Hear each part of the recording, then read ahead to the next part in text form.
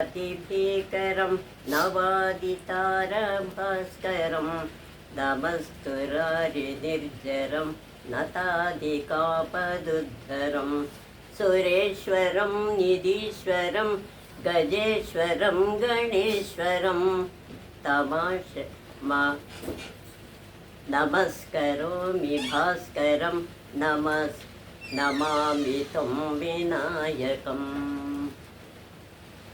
ನಮಸ್ಕಾರ ವೀಕ್ಷಕರೇ.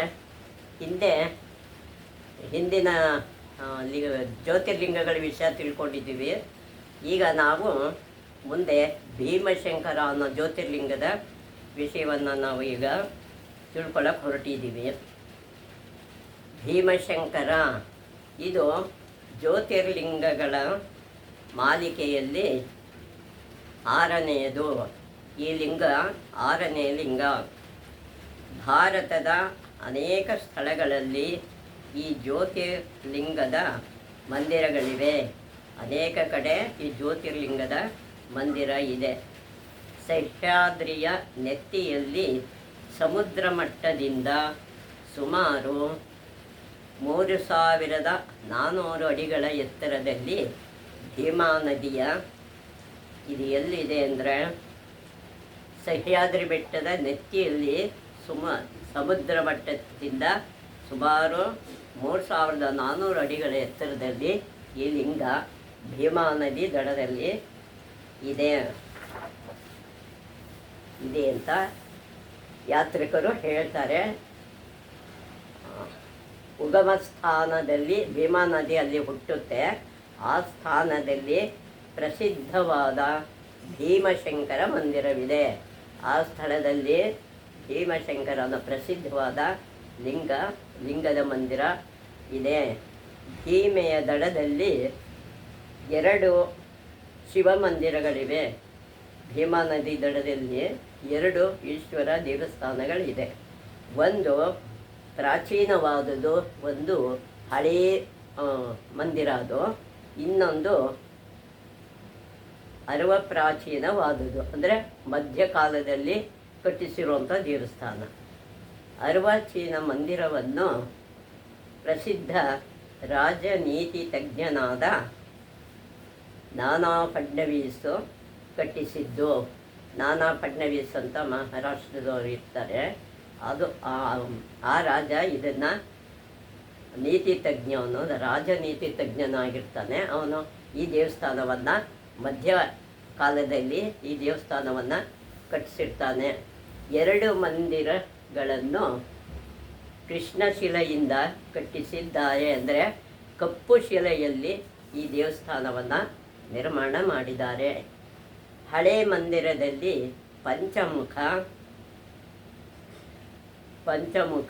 ಭೀಮಶಂಕರನ ವಿಗ್ರಹ ಮತ್ತು ನಂದಿ ವಿಗ್ರಹವಿದೆ. ಹಳೆ ಮಂದಿರದಲ್ಲಿ ಪಂಚಮುಖಿ ಮತ್ತು ಭೀಮಶಂಕರನ ವಿಗ್ರಹ, ಮುಂದೆ ನಂದಿ ವಿಗ್ರಹನೂ ಅದರ ಜೊತೆಯಲ್ಲಿ ಇದೆ. ಇಲ್ಲಿ ಶಿವರಾತ್ರಿಯನ್ನು ವಿಶೇಷವಾಗಿ ಆಚರಿಸುತ್ತಾರೆ. ಈ ದೇವಸ್ಥಾನದಲ್ಲಿ ಶಿವರಾತ್ರಿಯನ್ನು ವಿಶೇಷವಾಗಿ ಆಚರಣೆ ಮಾಡ್ತಾರೆ. ಪರಮೇಶ್ವರನು ತ್ರಿಪುರಾಸುರನನ್ನು ಸಂಹರಿಸಿ ವಿಶ್ರಾಂತಿಗಾಗಿ, ಇಲ್ಲಿ ತ್ರಿಪುರಾಸುರ ಅಂತ ಒಬ್ಬ ಇರ್ತಾನೆ, ಅವನನ್ನು ಸಂಹಾರ ಮಾಡಿ ಶಿವ ವಿಶ್ರಾಂತಿಗೋಸ್ಕರ ಇಲ್ಲಿಗೆ ಬಂದ, ಈ ಪ್ರದೇಶಕ್ಕೆ ಬಂದು ಆಗ ಸೂರ್ಯವಂಶೀಯನಾದ ಔಧದ ರಾಜ ಭೀಮನು ಇಲ್ಲಿ ಶಿವನನ್ನು ಕುರಿತು ತಪಸ್ಸು ಮಾಡುತ್ತಿದ್ದನು. ವಿಶ್ರಾಂತಿಗಾಗಿ ಶಿವ ಇಲ್ಲಿ ಬಂದಾಗ ಆ ಕಾಲದಲ್ಲಿ ಸೂರ್ಯವಂಶೀಯನಾದ ಔಧದ ಅನ್ನೋ ರಾಜ ಇರ್ತಾನೆ. ಅವನ ಹೆಸರು ಭೀಮ ಅಂತ ಇರುತ್ತೆ. ಇಲ್ಲಿ ಶಿವನನ್ನು ಕುರಿತು ತಪಸ್ಸು ಮಾಡ್ತಾ ಇರ್ತಾನೆ. ಬೇಟೆಯ ಮೋಜಿನಲ್ಲಿ ಅರಿವಿಲ್ಲದೆ ಇಬ್ಬರೂ ಋಷಿಗಳನ್ನು ಗಾಯಗೊಳಿಸಿದ ತಪ್ಪಿಗಾಗಿ ಪರಮೇಶ್ವರನಿಂದ ಪ್ರಾಯಶ್ಚಿತ್ತ ಪಡೆಯಲೆಂದು ಭೀಮಕನ ತಪಸ್ಸು ಸಾಗುತ್ತಿತ್ತು. ಅವನು ಏನು ಮಾಡ್ತಾನೆ, ಅವರಿಬ್ಬರು ಸೇರಿಕೊಂಡು ಇವರಿಬ್ಬರು ಸೇರಿರ್ತಾರೆ. ಬೇಟೆ ಮೋಜಿಗಾಗಿ ಏನು ಅವ್ರಿಗೆ ಬೇಟೆದ ತಲ್ಲೀನರಾಗ್ಬಿಟ್ಟಿರ್ತಾರೆ. ನಾವು ಏನು ಮಾಡ್ತೀವಿ ಅಂತ ಗೊತ್ತಿಲ್ಲದೇನೆ ಇಬ್ಬರ ವಿಷಯಗಳನ್ನು ಗಾಯಗೊಳಿಸ್ತಾರೆ. ಅಂಥ ಕಾಲದಲ್ಲಿ ಆ ತಪ್ಪಿಗೆ ಪರಮೇಶ್ವರನಿಂದ ಪ್ರಾಯಶ್ಚಿತ್ತ ಪಡೆಯೋಕ್ಕೋಸ್ಕರ ಅವ್ರೇನು ಮಾಡ್ತಾರೆ, ಭೀಮಕನ ತಪಸ್ಸು ಸಾಗುತ್ತೆ. ಭೀಮ ಅನ್ನೋನು ತಪಸ್ಸು ಮಾಡ್ತಾ ಇರ್ತಾನೆ. ಶಿವನು ಪ್ರಸನ್ನನಾಗಿ ಅವನ ಆಸೆಯನ್ನು ಪೂರೈಸಿದನು. ಅವನೇನು ಆಸೆ ಪಟ್ಟಿದ್ದ ಅದನ್ನು ಅವನಿಗೆ ಪ್ರಾಯಶ್ಚಿತ್ತ ಕೊಡ್ತಾನೆ. ಅಂದಿನಿಂದ ಭೀಮಶಂಕರನೆಂಬ ಅಭಿಧಾನದಿಂದ ಶಿವನು ಅಲ್ಲಿ ನೆಲೆಸಿದನು. ಅವನು ಅಲ್ಲೇ ನೆಲೆಸ್ಬೇಕು ಅಂತ ಅಂದ್ಕೊಂಡಿರ್ತಾನೆ. ಅಲ್ಲ, ಅವನು ಇಷ್ಟಪಟ್ಟಿದ್ದ ಭೀಮನವನು ಅವನಲ್ಲೇ ನೆಲೆಯಾಗಿ ನಿಲ್ತಾನೆ ಶಿವ. ತ್ರಿಪುರಾಸುರನೊಂದಿಗೆ ನಡೆದ ಹೋರಾಟದಿಂದ ತ್ರಿಪುರಾಸುರನಿಂದ ಹೋರಾಟದಿಂದ ಶಿವನು ಬೆವತಿದ್ದನು. ಅವನ ಜೊತೆ ಯುದ್ಧ ಮಾಡಿ ಭಾರಿ ಸುಸ್ತಾಗೋಗಿರ್ತಾನೆ. ಭೀಮನ ಪ್ರಾರ್ಥನೆಯಂತೆ ಶಿವನ ಈ ಬೆವರು ನದಿಯ ರೂಪ ತಾಳಿ ಭೀಮ ಎಂಬ ಹೆಸರಿನಿಂದ ಹರಿಯತೊಡಗಿತು. ಅವನೇನು ಮಾಡ್ತಾನೆ, ಆ ಬೆವರು ಭೀಮನ ಪ್ರಾರ್ಥನೆಯಂತೆ ಶಿವನ ಈ ಬೆವರು ನದಿ ರೂಪದಲ್ಲಿ ಭೀಮ ನದಿ ಹಾಗೆ ಹರಿಯತೊಡಗುತ್ತೆ. ಈ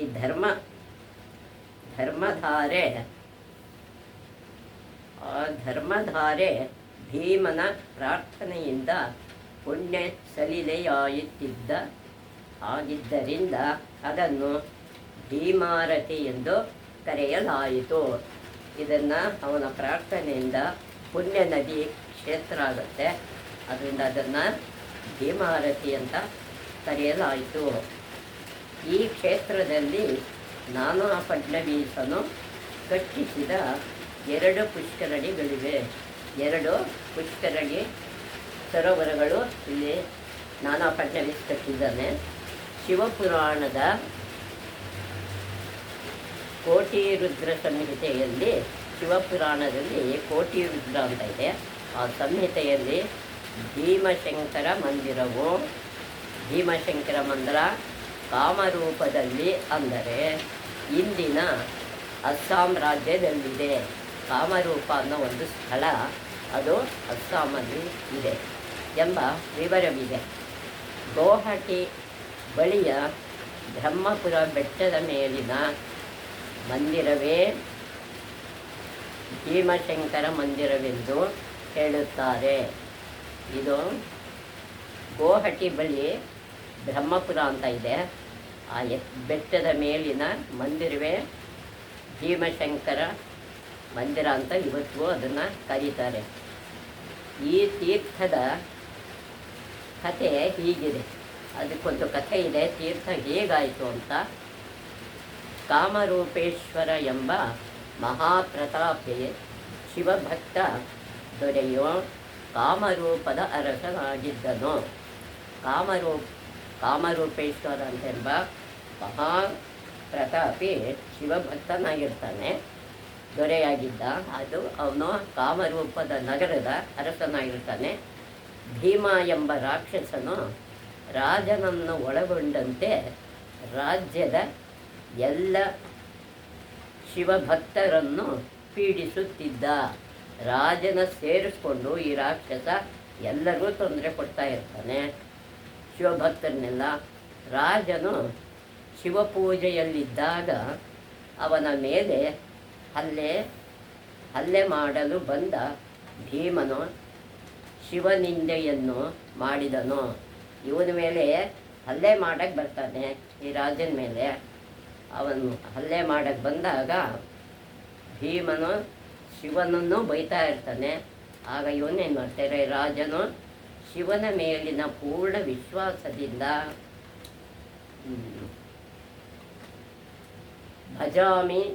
ಭಜಾಮಿ ಶಂಕರ ದೇವಂ ಸ್ವಭಕ್ತ ಪರಿಪಾಲಕ ಅಂತ ಹೇಳ್ತಾನೆ.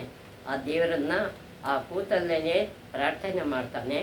ಭಜಾಮಿ ಶಂಕರ ಭವಾಂ ಸ್ವಭಕ್ತ ಪರಿಪಾಲಕ ಅಂತ ಮಂತ್ರದಿಂದ ಹೇಳ್ತಾನೆ ಎಂದನು. ಕ್ರೋಧಾವಿಷ್ಠನಾದ ರಾಕ್ಷಸನು ರಾಜನತ್ತ ಖಡ್ಗವನ್ನು ಬೀಸಿದ. ರಾಜನ ಮೇಲೆ ಆ ಖಡ್ಗವನ್ನು ಎಸಿತಾನೆ ಆ ರಾಕ್ಷಸ. ಅದು ರಾಜನಿಗೆ ತಗಲದೆ ಶಿವಲಿಂಗವನ್ನು ತಗಲಿತು. ರಾಜನ ಬಿಟ್ಬಿಡ್ತು, ಶಿವಲಿಂಗಕ್ಕೆ ಅದು ತಗಲ್ತು ಆ ಖಡ್ಗ. ಕೂಡಲೇ ಭಕ್ತ ಪರಿಪಾಲಕನಾದ ಶಂಭುವು ಪ್ರತ್ಯಕ್ಷನಾಗಿ ತಕ್ಷಣ ಅವನು ಪ್ರತ್ಯಕ್ಷ ಆಗ್ತಾನೆ. ದೈತ್ಯನನ್ನು ಸಂಹಾರ ಮಾಡಿದನು. ಈ ರಾಕ್ಷಸನ ಸಂಹಾರ ಮಾಡ್ತಾನೆ. ಅಂದಿನಿಂದ ಶಿವನು ಅಲ್ಲಿ ಜ್ಯೋತಿರ್ಲಿಂಗದ ರೂಪದಲ್ಲಿ ನೆಲೆಸಿದ.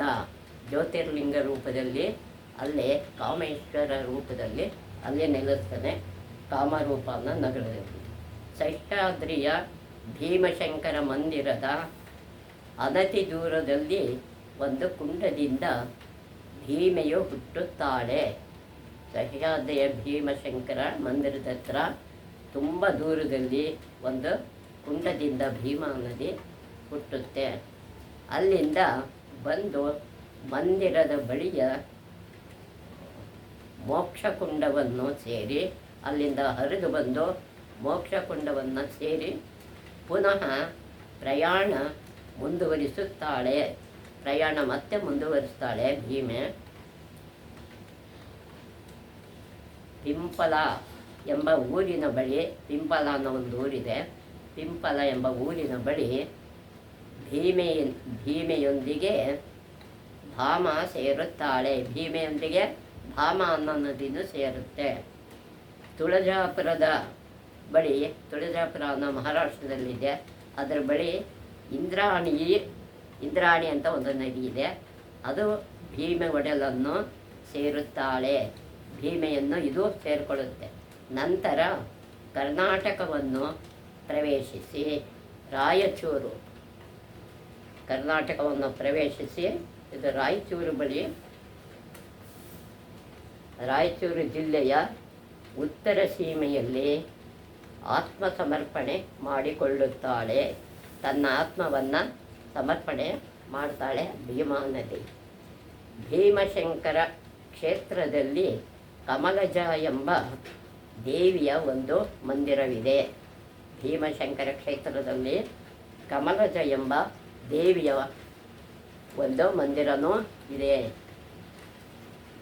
ದುರ್ದಂಡ ಎಂಬ ರಕ್ಕಸನನ್ನು ಆಕೆ ಮುಷ್ಟಿಯುದ್ಧದಲ್ಲಿ ಸಂಹರಿಸಿದಳಂತೆ. ಇವಳು ಆಕೆ ಏನು ಮಾಡ್ತಾಳೆ, ದುರ್ದಂಡ ಎಂಬ ರಾಕ್ಷಸನನ್ನು ಆಕೆ ಯಾರೋ ಮುಷ್ಟಿಯುದ್ಧದಲ್ಲಿ ಸಮರ ಮಾಡಿದಾಳೆ. ಈ ದೇವಿ ಕಮಲಜಾನ ದೇವಿ ಅವನನ್ನು ಸಂಹಾರ ಮಾಡ್ತಾಳೆ. ಕೂಡಲೇ ಬ್ರಹ್ಮನು ಅವಳನ್ನು ಕೃತಜ್ಞತೆಯಿಂದ ಕಮಲ ಪುಷ್ಪಗಳಿಂದ ಪೂಜಿಸಿದನು.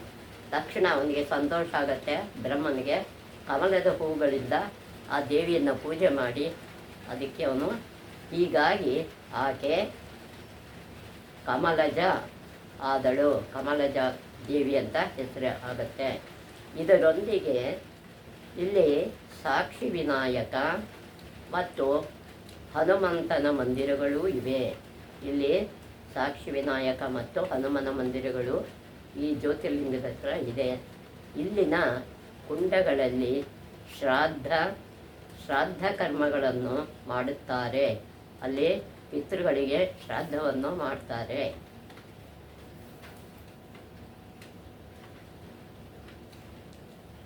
ನೆಕ್ಸ್ಟು ಮುಂದಿಂದು ವೈದ್ಯನಾಥ.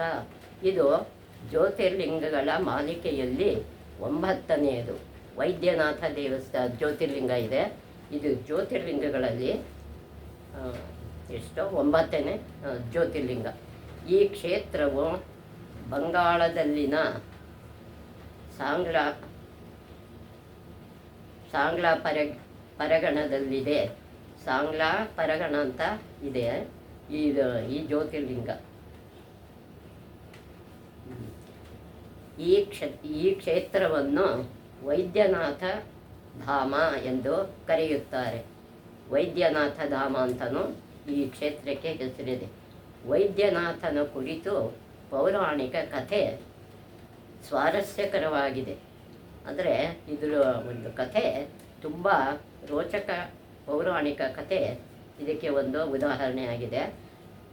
ರಾಕ್ಷಸೇಂದ್ರನಾದ ರಾವಣನು ಒಮ್ಮೆ ಶಿವನನ್ನು ಕುರಿತು ತಪಸ್ಸಿಗೆ ಕುಳಿತ. ರಾವಣಾಸುರ ಏನು ಮಾಡ್ತಾನೆ, ಶಿವನ ತಪಸ್ಸು ಮಾಡೋಕ್ಕೋಸ್ಕರ ಅಲ್ಲಿ ಕೂತ್ಕೋತಾನೆ ಆ ಲಿಂಗದ ಹತ್ರ. ಶಿವನಿಂದ ಒಂದು ಜ್ಯೋತಿರ್ಲಿಂಗವನ್ನು ಪಡೆದ ಅದು ಒಂದು ಜ್ಯೋತಿರ್ಲಿಂಗ ಪಡ್ಕೋತಾನೆ. ಅದನ್ನು ಲಂಕೆಯಲ್ಲಿ ಸ್ಥಾಪಿಸಬೇಕೆಂಬ ಆಸೆ ಅವನಿಗಿತ್ತು. ಇದನ್ನು ಶ್ರೀಲಂಕಾಕ್ಕೆ ತಗೊಂಡೋಗಿ ಇದನ್ನು ಅಲ್ಲಿ ಸ್ಥಾಪನೆ ಮಾಡಬೇಕು ಅಂತ ಅಂದ್ಕೊಂಡಿರ್ತಾನೆ. ಶಿವನನ್ನು ಕಾಣಬೇಕೆಂಬ ಉತ್ಕಟ ಆಸೆಯಿಂದಾಗಿ ತನ್ನ ತಲೆಗಳನ್ನು ಒಂದಾದ ಮೇಲೊಂದು ಒಂದರಂತೆ ಶಿವನಿಗೆ ಅರ್ಪಿಸುತ್ತಾ ಬಂದನು. ತನ್ನ ತಲೆಯನ್ನೆಲ್ಲ ಕತ್ತರಿಸಿ ಜ್ಯೋತಿರ್ಲಿಂಗಕ್ಕೆ ಪೂಜೆಗೆ ಇಡ್ತಾ ಇರ್ತಾನೆ ಆ ಲಿಂಗದ ಮುಂದೆ. 9 ತಲೆಗಳನ್ನು ಅರ್ಪಿಸಿದ್ದಾಯಿತು. 9 ತಲೆಗಳನ್ನು ಅದಕ್ಕೆ ದೇವರಿಗೆ ಅರ್ಪಿಸಿಬಿಟ್ಟಿದ್ದಾನೆ. 10ನೇಯದನ್ನು ಅರ್ಪಿಸಬೇಕೆನ್ನುವಷ್ಟರಲ್ಲಿ ಶಿವನು ಪ್ರತ್ಯಕ್ಷನಾಗಿ ಅವನ ಆಸೆ ಪೂರೈಸಿದನು. ಪ್ರತ್ಯಕ್ಷ ಆಗಿ ನಿನ್ನ ಆಸೆ ಏನು ಅಂತ ಕೇಳ್ತಾನೆ. ಅಷ್ಟೇ ಅಲ್ಲದೆ ಶಸ್ತ್ರವೈದ್ಯನಂತೆ ರಾವಣನ ಈ ಆಸ್ಪತ್ರೆಗಳಲ್ಲಿ ಶಸ್ತ್ರವೈದ್ಯ ಮಾಡ್ತಲ್ಲ, ಶಸ್ತ್ರಚಿಕಿತ್ಸೆ, ಆ ಎಲ್ಲ ತಲೆಗಳನ್ನು ಪುನಃ ಜೋಡಿಸಿ ಕೊಟ್ಟನು. ಪುನಃ ಅವನ ತಲೆನ ಅವನಿಗೆ ಎಲ್ಲ ಜೋಡಿಸಿ ಕೊಡ್ತಾನೆ ತನ್ನ ಶಕ್ತಿಯಿಂದ. ಅದಕ್ಕೆ ಈ ಕಾರಣದಿಂದಲೇ ಅವನು ವೈದ್ಯನಾಥ ನೆನೆಸಿದನು. ವೈದ್ಯನಾಥ ಅಂತ ಅನ್ನಿಸ್ಕೊಳ್ತಾನೆ ಈಶ್ವರ. ಈ ಕ್ಷೇತ್ರವು ಪಾರ್ವತಿಗೆ ಪ್ರಿಯವಾದುದು. ಈ ಕ್ಷೇತ್ರ ಪಾರ್ವತಿಗೂ ತುಂಬ ಇಷ್ಟವಾದಂಥ ಕ್ಷೇತ್ರ. ಇದೊಂದು ಶಕ್ತಿಪೀಠವೂ ಆಗಿದೆ. ಇಲ್ಲಿ ಶಕ್ತಿಪೀಠನೂ ಇಲ್ಲಿ ಇದೆ. ಇಲ್ಲಿ ಶಿವನು ಸತಿದೇವಿಯ ಹೃದಯ ಭಾಗದ ದಹನ ಸಂಸ್ಕಾರವನ್ನು ಮಾಡಿದ್ದರಿಂದ ಈ ಕ್ಷೇತ್ರವನ್ನು ಚಿತಾಭೂಮಿ ಎಂದು ಕರೆಯುತ್ತಾರೆ. ಇಲ್ಲಿ ಸತಿದೇವಿ ಹೃದಯ ಭಾಗವನ್ನು ದಹನ ಮಾಡಿದ್ರಿಂದ ಇದನ್ನು ಚಿತಾಭೂಮಿ ಅಂತಲೂ ಕರೀತಾರೆ. ಮಾಘ ಮತ್ತು ಫಾಲ್ಗುಣ ಮಾಸಗಳಲ್ಲಿ ಅಸಂಖ್ಯಾತ ಭಕ್ತರು ಗಂಗೋದಕವನ್ನು ಹೊತ್ತು ತಂದು ವೈದ್ಯನಾಥನಿಗೆ ಅರ್ಪಿಸುತ್ತಾರೆ. ಈ ಭಕ್ತರು ಏನು ಮಾಡ್ತಾರೆ, ಗಂಗೋದಕ ಅಂತಂದು ಹೊತ್ತು ತಗೊಂಡು ಬಂದು ಇಲ್ಲಿ ವೈದ್ಯನಾಥನಿಗೆ ಅರ್ಪಿಸ್ತಾರೆ. ಈ ಕ್ಷೇತ್ರವನ್ನು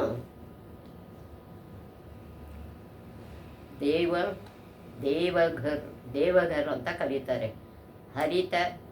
ಹರಿತ ಶಿವನ ಹರಪೀಠ ಮುಂತಾಗಿಯೂ ಕರೆಯುತ್ತಾರೆ. ಏನಂತ ದೇವಘರ್ ಅಂತ ಕರೀತಾರೆ. ಹರಿತ ಶಿವನ ಹರದ ಪೀಠ ಅಂತನೂ ಮುಂತಾದ ಹೆಸರುಗಳಿಂದ ಈ ಶಿವಲಿಂಗ ಸ್ಥಳವನ್ನು ಕರೀತಾರೆ. ಶಿವಪುರಾಣದ 12 ಜ್ಯೋತಿರ್ಲಿಂಗ ಸ್ತೋತ್ರದಲ್ಲಿ ವೈದ್ಯನಾಥನ್ ಚಿತಾಭೂಮಿ, ವೈದ್ಯನಾಥ ಇರೋದು ಚಿತಾಭೂಮಿಯಲ್ಲಿದೆ ಅಂತ ಬದಲಿಗೆ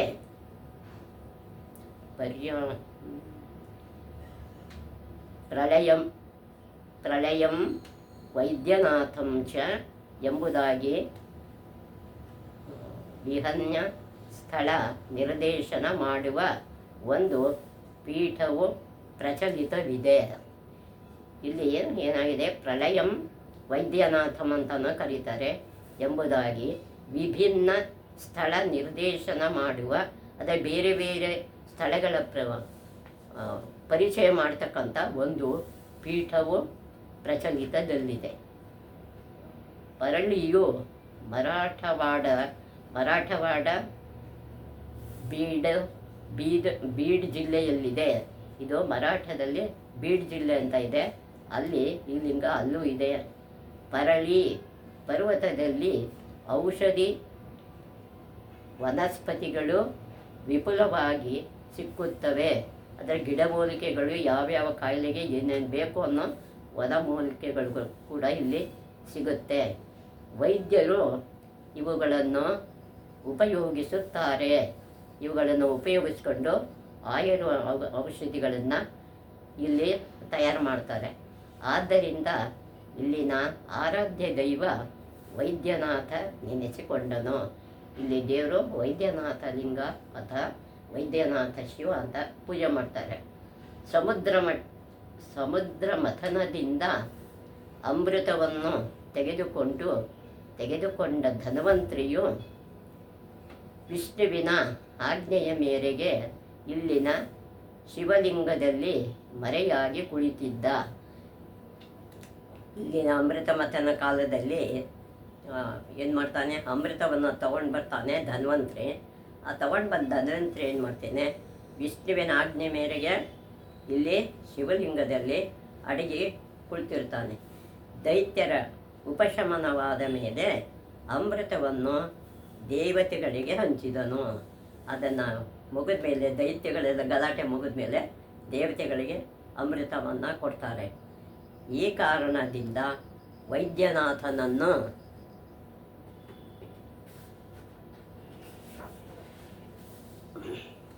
ಧನ್ವಂತರಿ ಮತ್ತು ಅಮೃತೇಶ್ವರ ಎಂದು ಕರೆದಿದ್ದಾರೆ. ವೈದ್ಯನಾಥದಲ್ಲಿ ಇದನ್ನು ಅಮೃತೇಶ್ವರ ಮತ್ತು ಧನ್ವಂತರಿ ಅಂತಲೂ ಕರೀತಾರೆ. ಈ ಕ್ಷೇತ್ರದಲ್ಲಿ ವಿಷ್ಣು, ಅಂಬಾ ಭವಾನಿ, ಮುರಳೀಧರ, ಗೋರಾರಕ್ ಇತ್ಯಾದಿ ಅನೇಕ ಮಂದಿರಗಳಿವೆ. ಇಲ್ಲಿ ಯಾವ್ಯಾವ ದೇವಸ್ಥಾನ ಇದೆ ಈ ಕ್ಷೇತ್ರದಲ್ಲಿ? ವಿಷ್ಣು, ಅಂಬಾ ಭವಾನಿ, ಮುರಳೀಧರ, ಗೋರರಾಮ ಇತ್ಯಾದಿ ಅನೇಕ ಮಂದಿರಗಳು ಇದೆ. ಲೀಲಾಚರಿತ್ರ, ಆನಂದ ರಾಮಾಯಣಗಳಲ್ಲಿ ವನವಾಸಕ್ಕೆ ಬಂದ ರಾಮನು ಪರಳಿಗೆ ಬಂದಿರುವುದರ ವಿವರವಿದೆ. ಪರಳಿ ಅನ್ನೋದೊಂದು ಅಲ್ಲಿಗೆ ರಾಮ ಕೂಡ ಬಂದಿದ್ದ ವನವಾಸಕ್ಕೆ ಹೋಗುವಾಗ. ಇನ್ನು ಅನೇಕ ಸ್ಥಳಗಳಲ್ಲಿ ವೈದ್ಯನಾಥ ಮಂದಿರಗಳಿವೆ. ಅನೇಕ ಸ್ಥಳಗಳಲ್ಲಿ ವೈದ್ಯನಾಥ ಮಂದಿರ ಇದೆ. ಉತ್ತರ ಪ್ರದೇಶದ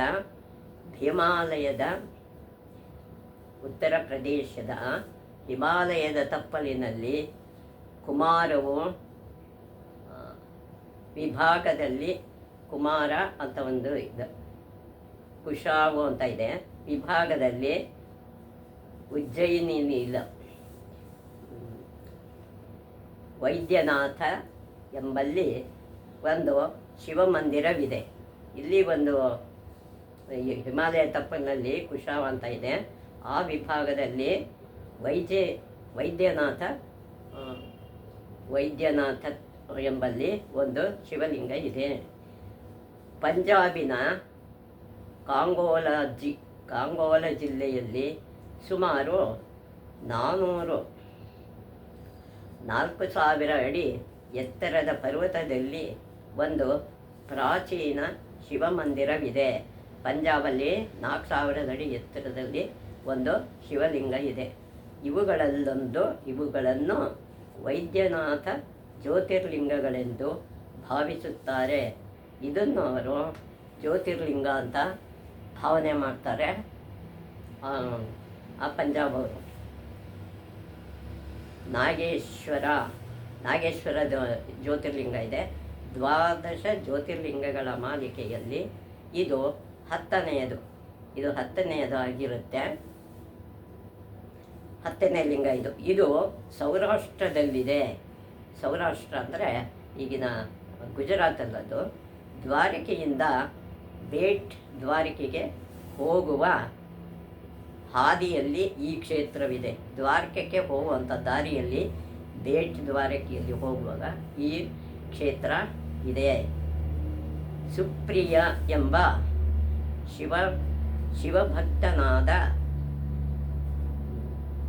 ಶಿವಭಕ್ತನಾದ ವರ್ತಕನಿದ್ದನು. ಸುಪ್ರಿಯ ಅಂತ ಒಬ್ಬ ವರ್ತಕ ಇರ್ತಾನೆ ಈ ಕ್ಷೇತ್ರದಲ್ಲಿ. ಅವನೇನು ಮಾಡ್ತಾನೆ, ಆತನು ಧರ್ಮಾತ್ಮನೂ ಸದಾಚಾರಿಯೂ ಆಗಿದ್ದನು.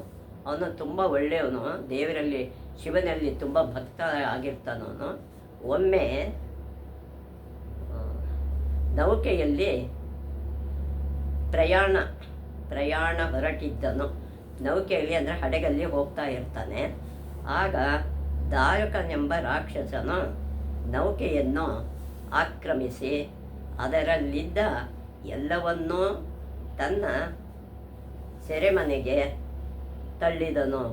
ಅದೆಲ್ಲ ತಗೊಂಡವನೇನು ಮಾಡ್ತಾನೆ, ನೌಕೆಯಲ್ಲಿದ್ದ ಪ್ರಯಾಣ ಹೊರಟಿದ್ದವನು. ಆಗ ದಾರುಕಮ್ಮ ರಾಕ್ಷಸ ಏನು ಮಾಡ್ತಾನೆ, ನೌಕೆಯನ್ನು ಆಕ್ರಮಿಸ್ತಾನೆ, ಅದರಲ್ಲಿದ್ದ ಎಲ್ಲರನ್ನೂ ತನ್ನ ಸೆರೆಮನೆಗೆ ತಳ್ತಾನೆ. ಅಲ್ಲಿಂದ ಅವನೇನು ಮಾಡ್ತಾನೆ, ಸೆರೆಮನೆಯಲ್ಲಿಯೂ ಸುಪ್ರಿಯನ ಶಿವಪೂಜೆ ಮುಂದುವರಿಯಿತು. ಸೆರೆಮನೆಯಲ್ಲೂ ಕೂಡ ಇವನು ಪೂಜೆ ಮಾಡ್ತಾ ಇರ್ತಾನೆ. ತಾನು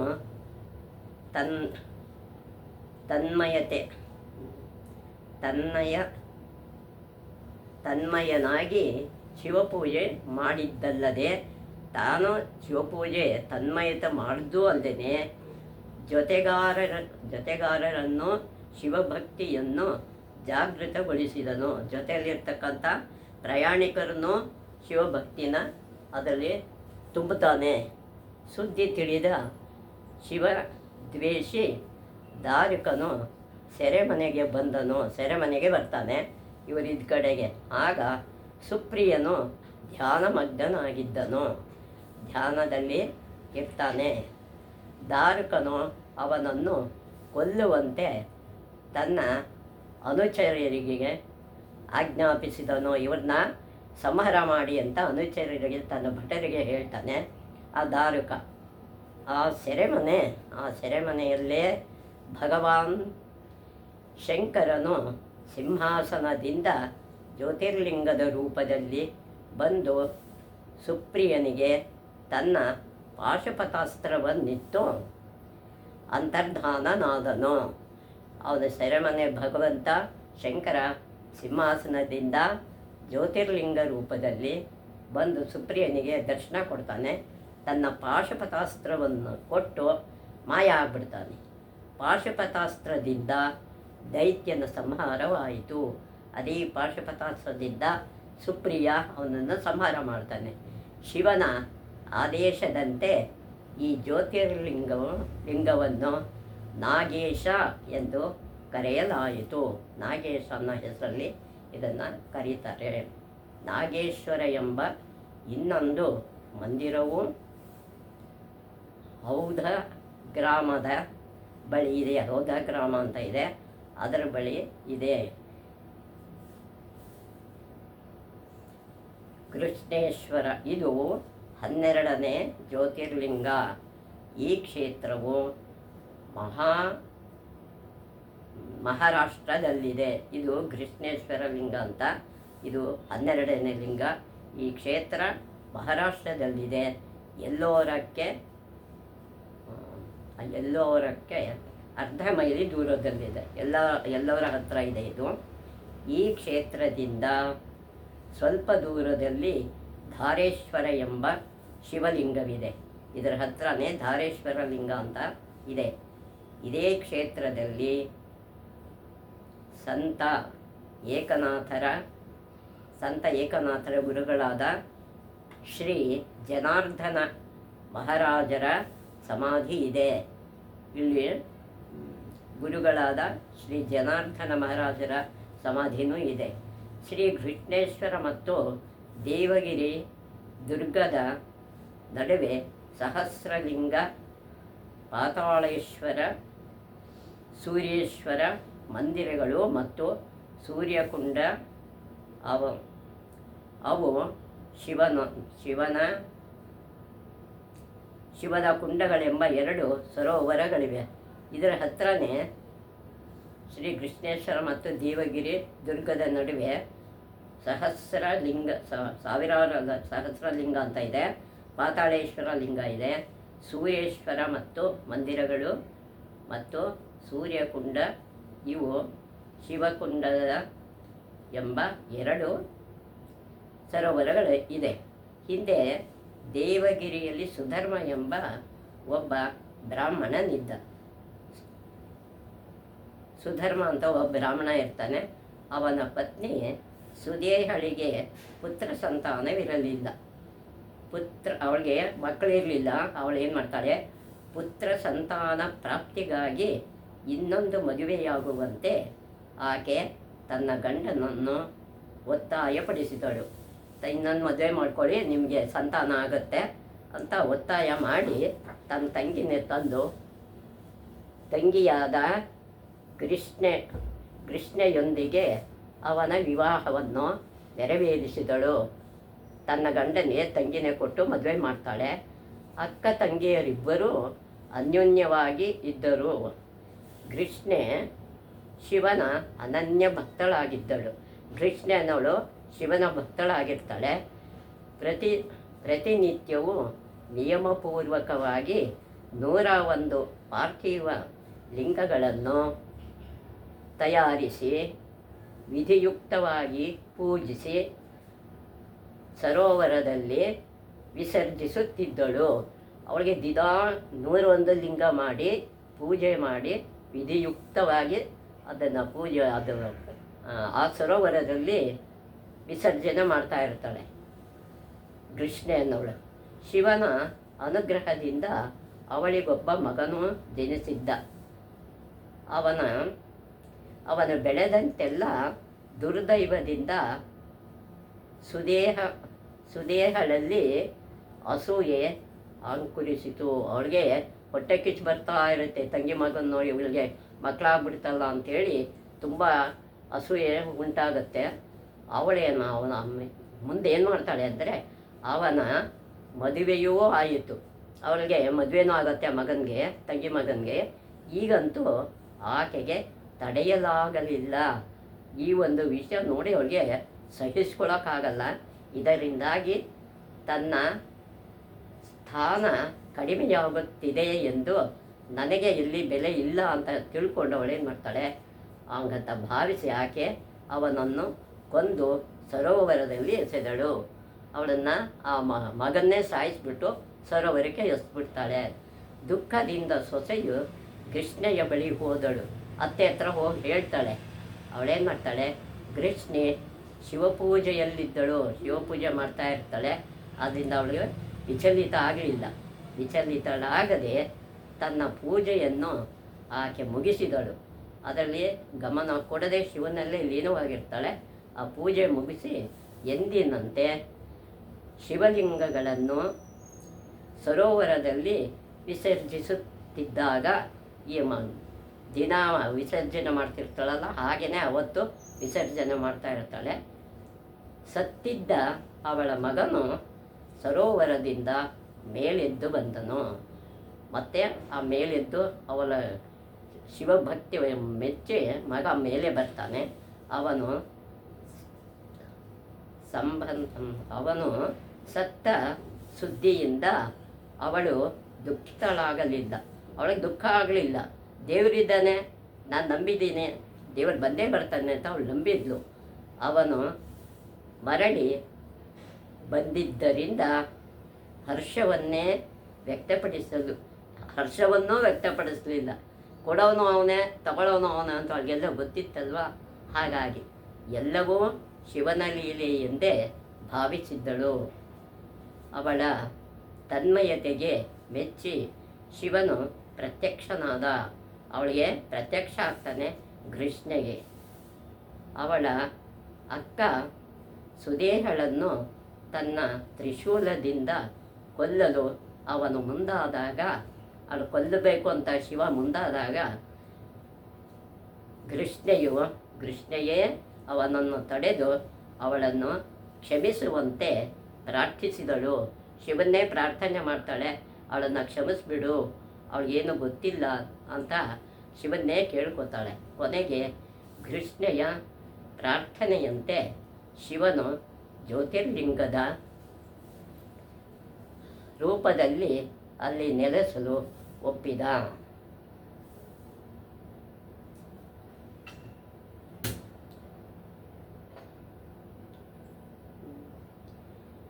ಎಲ್ಲ ರೂಪವು ತಾನಂತೆ ಶಿವ ಎಲ್ಲೆಲ್ಲಿಯೂ ತುಂಬಿಹದಂತೆ ಅಲ್ಲಲ್ಲರ ಸುತ ಗುಡಿಗಳ ತಿರುಗುತ್ತ ಕಳ್ಳ ಜನರಿಗೆ ಕಲ್ಲಂತೆ ಶಿವ ಎಲ್ಲ ರೂಪವು ತಾನಂತೆ ಶಿವ ಎಲ್ಲೆಲ್ಲಿಯೂ ತುಂಬಿಹನಂತೆ.